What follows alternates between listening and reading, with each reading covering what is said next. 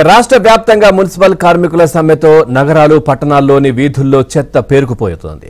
తీవ్ర దుర్వాసనతో ప్రజలు ఇబ్బందులు పడుతున్నారు. పిల్లలు వృద్ధులు అనారోగ్యానికి గురవుతున్నారని ఆందోళన చెందుతున్నారు.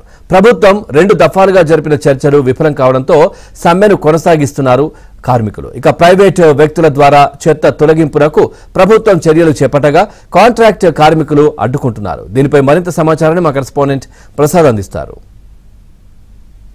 రాష్ట్ర వ్యాప్తంగా మున్సిపల్ కార్మికుల సమ్మె కారణంగా ఎక్కడెక్కడ చెత్త పేరుకుపోతా ఉంది. తాత్కాలిక పద్ధతిలో దినసరి కూలీలు తీసుకొచ్చి కొన్ని చోట్ల ఆ చెత్తను తీస్తుండగా మరి కొన్ని చోట్ల మాత్రం పూర్తిగా రోడ్లపై ప్రధాన రహదారులపై కూడా చెత్త ఇలా పేరుకుపోతున్న పరిస్థితి. ప్రస్తుతం మనం విజయవాడ బెంజీ సెంటర్ సమీపంలోనే ఈ రామలింగేశ్వర నగర్కు వెళ్లే ప్రధాన రహదారి ఇది. మొత్తం రోడ్డుపైన మొత్తం చెత్త ఇలా పెరిగిపోవడంతో దుర్గంధం కూడా వ్యాపిస్తుంది. ఇక్కడ స్థానికంగా ఉన్న ప్రజలు తీవ్ర ఇబ్బందులు పడుతూ ఉన్న పరిస్థితి కనిపిస్తూ ఉంది. ముఖ్యంగా ఇంటింటికి వచ్చి చెత్త సేకరణకు సంబంధించి డబ్బులు కూడా వసూలు చేస్తున్న పరిస్థితి.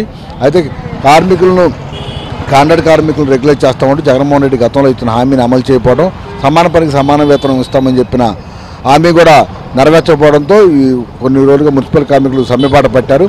దీనికి సంబంధించి ఇప్పటికే ప్రభుత్వం 2 దఫాలుగా వారితో జరిపిన చర్చలు కూడా విఫలమయ్యాయి. ప్రధానంగా ఏదైతే కార్మికులు కోరుతున్నారో సమాన పనికి సమాన వేతనం, అలాగే కాంట్రాక్ట్ కార్మికులను పర్మనెంట్ చేయడం, ఈ 2 అంశాలు తప్ప ప్రభుత్వం ఇతర అంశాలు ప్రస్తావించడం, ఈ అంశాలపై స్పష్టమైన హామీ ఇవ్వకపోవడంతో కార్మికులు కూడా వెనక్కి తగ్గేది లేదంటూ సమ్మెను కొనసాగిస్తూ ఉన్నారు. మొన్న సచివాలయంలో మంత్రులు బొత్స సత్యనారాయణ, అదేవిధంగా ఆదిమూలపు సురేష్తో పాటు సజ్జల రామకృష్ణారెడ్డి కూడా చర్చలు జరిపారు. అయితే ప్రభుత్వం దీనికి సంబంధించి ముఖ్యమంత్రి జగన్మోహన్ రెడ్డి ఆర్థికపరమైన అంశాలకు సంబంధించి జగన్మోహన్ రెడ్డి ఆమోదం లభించాల్సి ఉంది. మీ కార్మికులు చెప్పిన అన్ని అంశాలు కూడా జగన్మోహన్ రెడ్డి దృష్టికి తీసుకువెళ్ళి అప్పుడు సమస్యను పరిష్కరిస్తామని, అప్పటి వరకు కూడా సమ్మె విరమించాలని కూడా కోరారు. అయితే ప్రభుత్వం చర్చల సమయంలో కూడా పొద్దున కొన్ని డిమాండ్కి అంగీకరించి మళ్ళీ సాయంత్రానికి మెరుగుపెట్టడం ద్వారా ప్రభుత్వం మాటలు తాము నమ్మే పరిస్థితి లేదని 4 ఏళ్ళుగా జగన్మోహన్ రెడ్డి పూర్తిస్థాయిలో మోసం చేస్తున్న నేపథ్యంలో మరోసారి నమ్మి సమ్మెను విరమించబోమని కూడా తేల్చి చెప్పారు. స్పష్టంగా ప్రభుత్వం నుంచి హామీలు వస్తేనే ఈ సమ్మెను విరమిస్తామని కూడా చెప్తున్నారు. దీంతో చాలా చోట్ల కూడా ఇదే విధంగా చెత్త పూర్తి స్థాయిలో పెరిగిపోతుంది. పిల్లలు వృద్ధులు కూడా అనారోగ్యాన్ని బారిన పడతారని కూడా ఆవేదన వ్యక్తం చేస్తున్న పరిస్థితి రాష్ట్ర వ్యాప్తంగా కనిపిస్తుంది.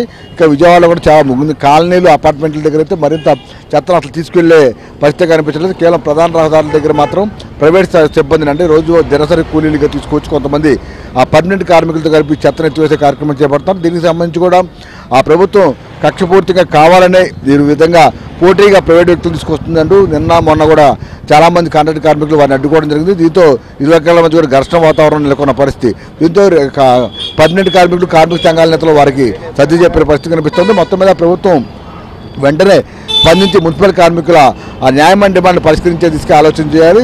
తద్వారా సమ్మెను విరమింపజేసి పూర్తి స్థాయిలో ఈ చెత్త ఇబ్బంది లేకుండా చూడాలని కూడా ప్రజలు కోరుతున్నారు. సుబ్రహ్మణ్యంతో వరప్రసాద్.